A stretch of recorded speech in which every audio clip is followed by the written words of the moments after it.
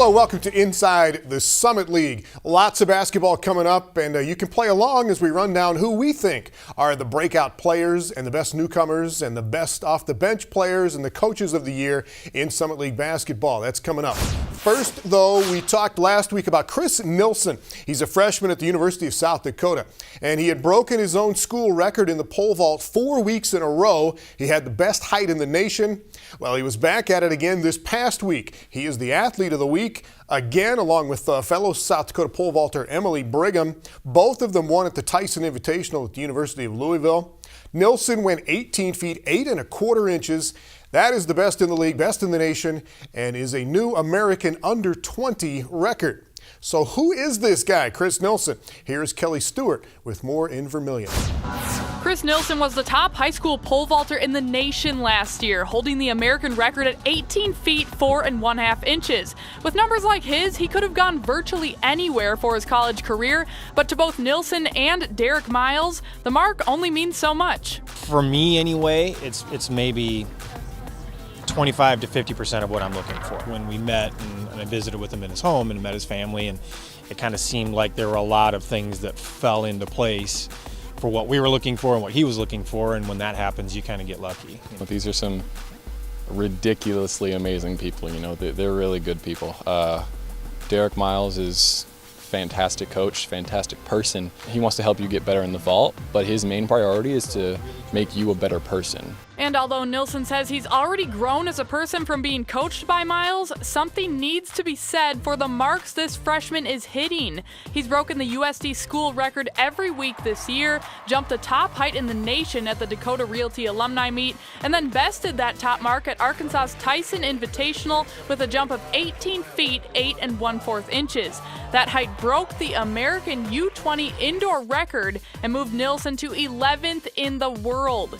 Now, after taking all that in, take a step back and realize this is only the beginning. He's a great kid. He wants to be good. He's got the drive, and I think he's compassionate, and he has all those traits.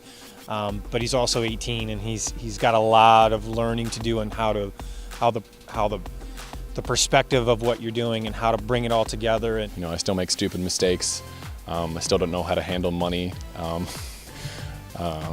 Still need moderation with how much chocolate I eat, and you know, things like that, just stupid teenage stuff. Nevertheless, the sky is literally the limit for Nilsen, and he's certainly got the right people around him to get him there. It's nice to be an All-American or even a national champion, but I think from my perspective, I'm more of a fan of the sport in terms of when you walk away from here, let's walk away saying that's as good as I could have ever been. And if you can say that, then you can put the pole away whenever that time comes and go do your life and have a job and have a family and whatever it is that you're passionate about. So if an athlete leaves my program feeling like that's as good as I could have possibly been and I'm ready to go to the next phase, then I feel like I've done my job as a coach. Well, there's talk, of course, about Nilsen and the Olympic Games in 2020, but that is too far off. Nilsen says he is focused right now on winning the Summit League Championship next weekend. If he can do what he did last week, he will set a new league championship record by more than a foot in the pole vault. Up next, who has been the most surprising team in men's basketball? Who's been the MVP? And how about Coach of the Year in the Summit League? See if you agree with us coming up next. Inside the Summit League on Midco Sports Network is presented by Sanford Orthopedics and Sports Medicine, Dakota Land Honda, South Dakota Corn, and Grand Falls Casino and Golf Resort. Welcome back, and joined now by our Summit League basketball guy, Brad Nuits. And this is our take on who have been the standout teams and players and coaches so far this season in Summit League basketball. And the awards, the league awards will come out in a couple weeks here, but we're going to get a little jump on it here.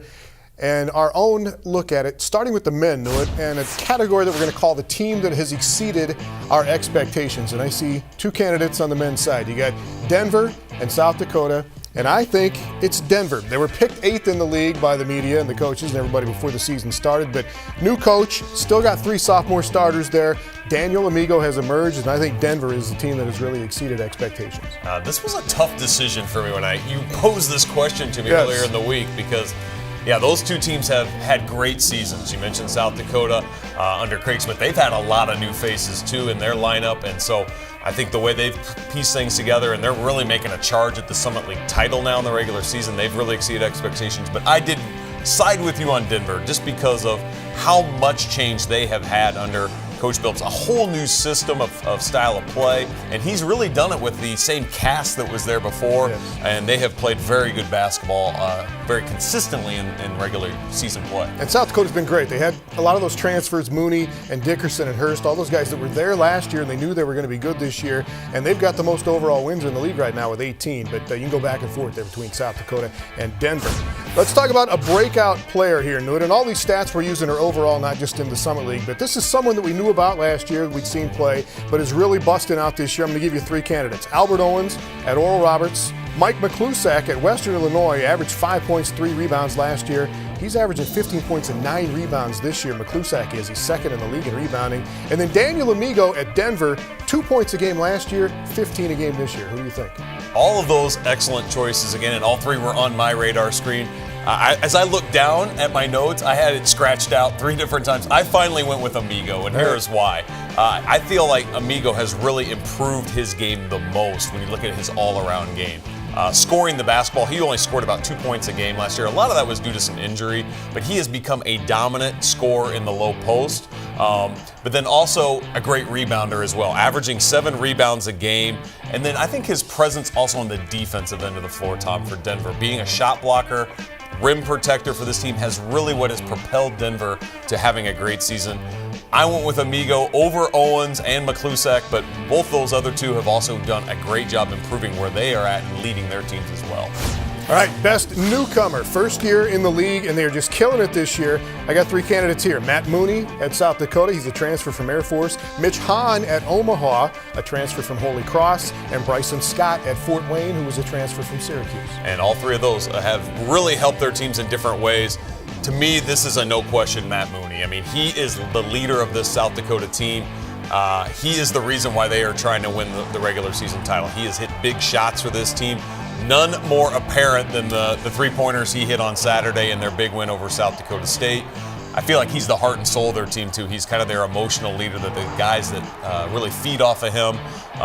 Averaging 18 points a game. When you look at what he's done in Summit League play, it's 22 points a game, which has just been a great scoring output. All right, he is in the conversation for most valuable player as well. You got Mooney, who hits all kinds of big shots and leading South Dakota. Garrett Covington is second in the league in scoring. Behind Mike Dahm at South Dakota State. Dahm, 24 points a game, leads the league in scoring. He's third in rebounds. He's got the most free throws made in the country. And then maybe Paul Miller at North Dakota State, 16 points a game for the league leaders. Who you got? This is always such a tough question because when you talk about most valuable player, when I look at it from the term, not necessarily who is the best player, but who truly is the most valuable player to their team. Yes. And even though South Dakota State has had some struggles this year, I cannot imagine that team without Mike Dahm. I mean, without him, I'm not sure they would win a game in the Summit League, quite frankly. I mean, he is that dominant.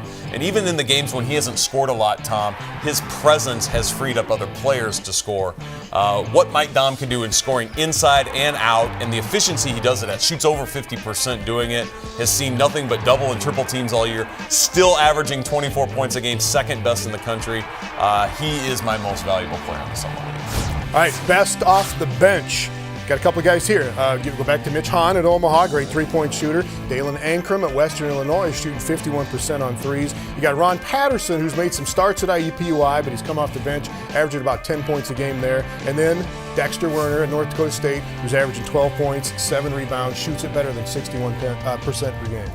To me, it's Dexter Werner, and the reason is because this team has played better with him coming off the bench. They made the move to bringing him off the bench after that tough loss they had against North Dakota on their home floor in the non-conference. And since then, North Dakota State is 11-4, and they have played their best basketball with Werner being a reserve. Even though he plays a lot of minutes, you mentioned his statistics are really impressive in what he does efficiency-wise. Werner's my guy off the bench. All right, cannot disagree at all there. And then Coach of the Year, I think it comes down again to 2 guys. Rodney Billups at Denver in his first year, Craig Smith at South Dakota with what he's done there. Certainly, both those guys have had great years in getting their programs to new levels. To me, it's Craig Smith, and when you look at The new players he's had to mix in here with this team, and the minutes that those guys have played, the roles they've had. It's been very impressive of how well this team has gelled together. To me, Craig Smith has really done a nice job. The game's coming up this Saturday. You got a lot of teams that really need a win playing at some of the league leaders, including Sunday IUPUI at Denver.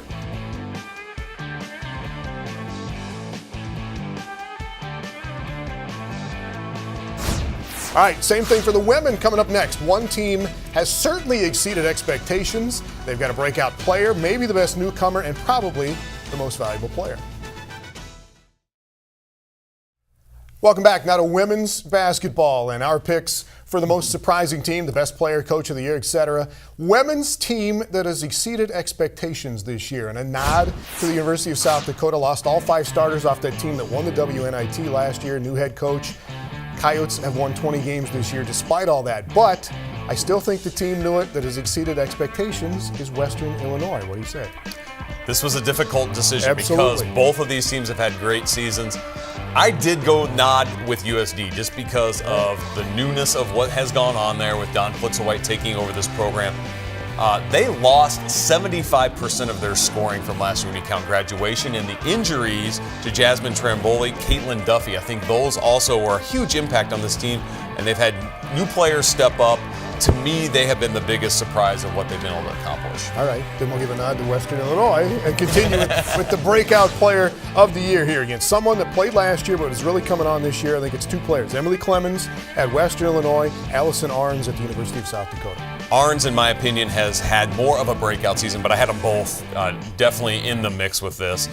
Main thing I would say with Arns, I mean, she was an extreme role player last year on that great USD team, so played very limited minutes.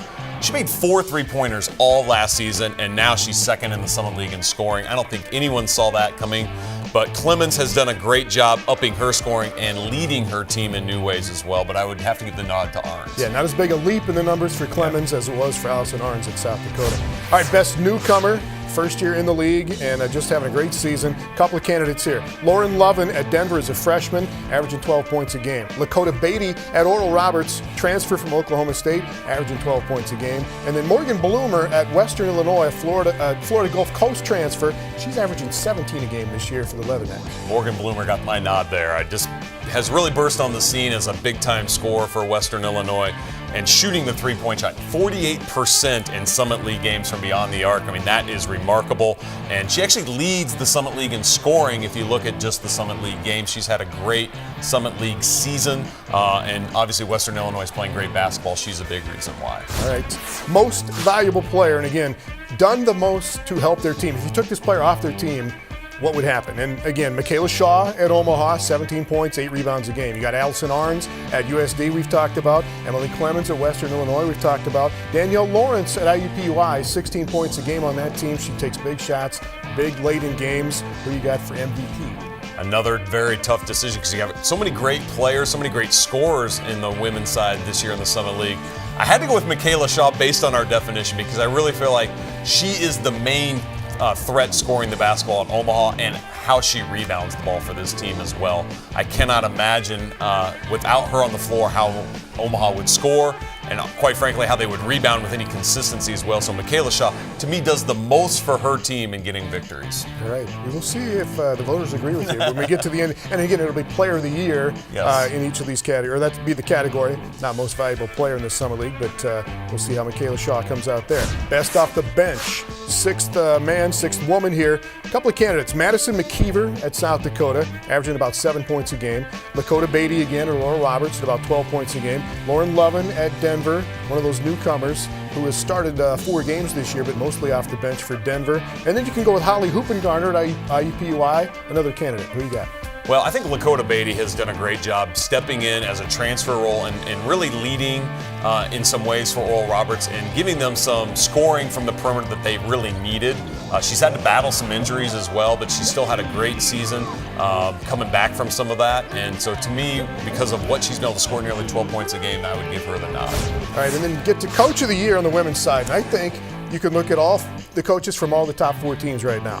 Aaron Johnston at South Dakota State. Player of the Year, Macy Miller, goes out with an injury, and they're still at the top of the league. You got Dawn Plitzowite in her first year at the University of South Dakota. Austin Parkinson at IUPUI's got them rolling again. And then J.D. Gravina with one of the breakout teams at Western Illinois. What do you think? Well, because I went with South Dakota as exceeding my expectations, I have to go with Western Illinois here for this one and J.D. Gravina. And to me, he's done a remarkable job of really getting his team to play their best basketball here down the stretch. They are winning basketball games at a great rate here. They're on a nice roll heading into February, and he's been able to get them to win road games, and I think that's something they've struggled with in the past. They're an excellent offensive team, but to me this year the difference for them is they have been a better defensive team than what they've been in the past, and that defensive intensity and kind of the unique style they play with that, forcing turnovers, has served them well. J.D. Gravina gets my nod for Coach of the Year right now. All right, and as you mentioned, we go back over all of these individual things. No South Dakota State players. Yeah. I mean, maybe Kerry Young for a most valuable player, but they're just solid in those top 5 spots.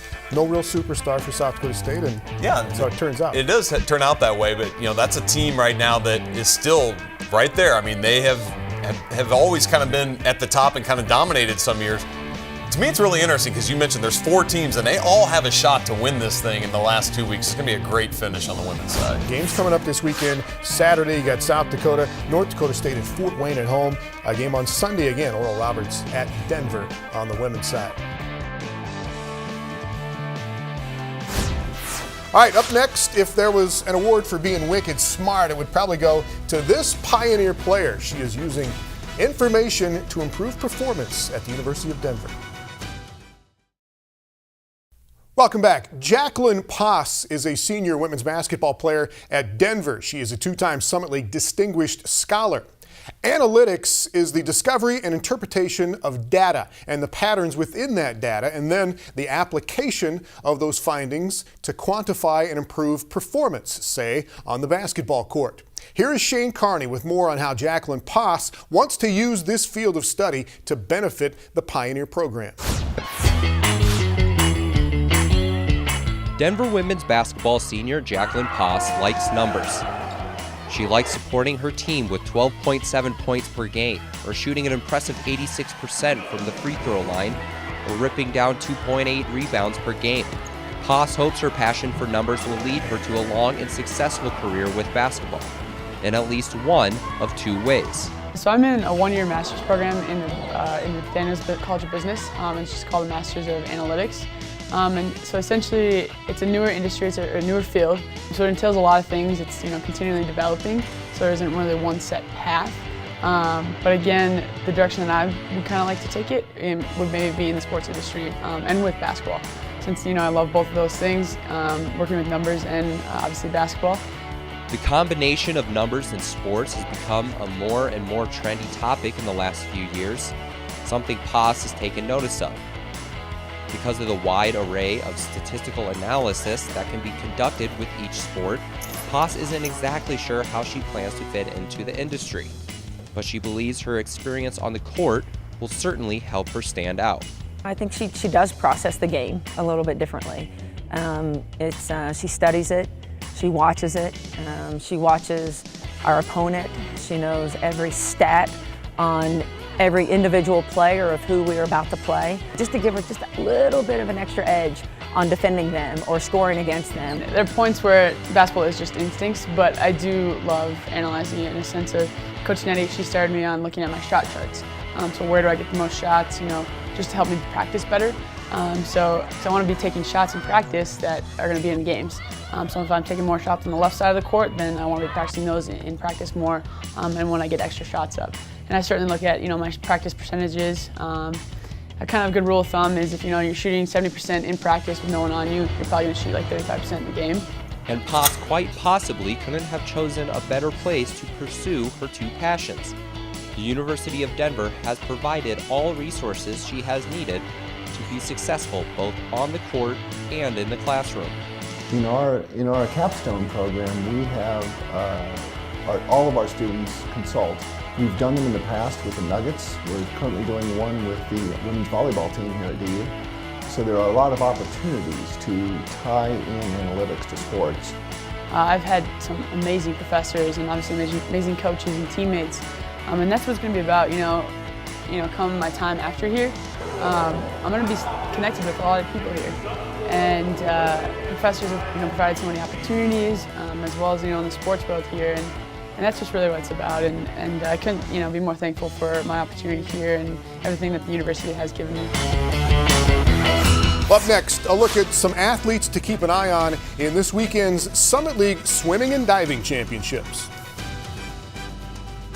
Inside the Summit League on Midco Sports Network is presented by Sanford Orthopedics and Sports Medicine, Dakota Land Honda, South Dakota Corn, and Grand Falls Casino and Golf Resort. Well, the Summit League Swimming and Diving Championships are underway right now in Indianapolis. You can track all of the results on the Summit League website. And can Denver dominate again is the question. Both the Denver men and women have won the last 3 team titles. And this year, Denver teams have already combined to set 8 new Summit League records. 2 of those by individuals for the Denver men, 5 individual and 1 relay for the Denver women. So Denver loaded again in the swimming events going into the championships. In diving, meanwhile, Grayson Herding at South Dakota could become the first female to win both board events at the league championships for the 4th year in a row. She has earned Diver of the Week honors 7 times this season. She has the top marks going into the Summer League Championships. And a couple other individuals to watch. Joanna Rojas at Denver, league record holder in the 100 free and the 200 free. And Chance McQuigg of Western Illinois. He is ranked in the top 10 in the league in the 100 breast, 200 breast, and the 200 individual medley. And we will see you next week on Inside the Summit League.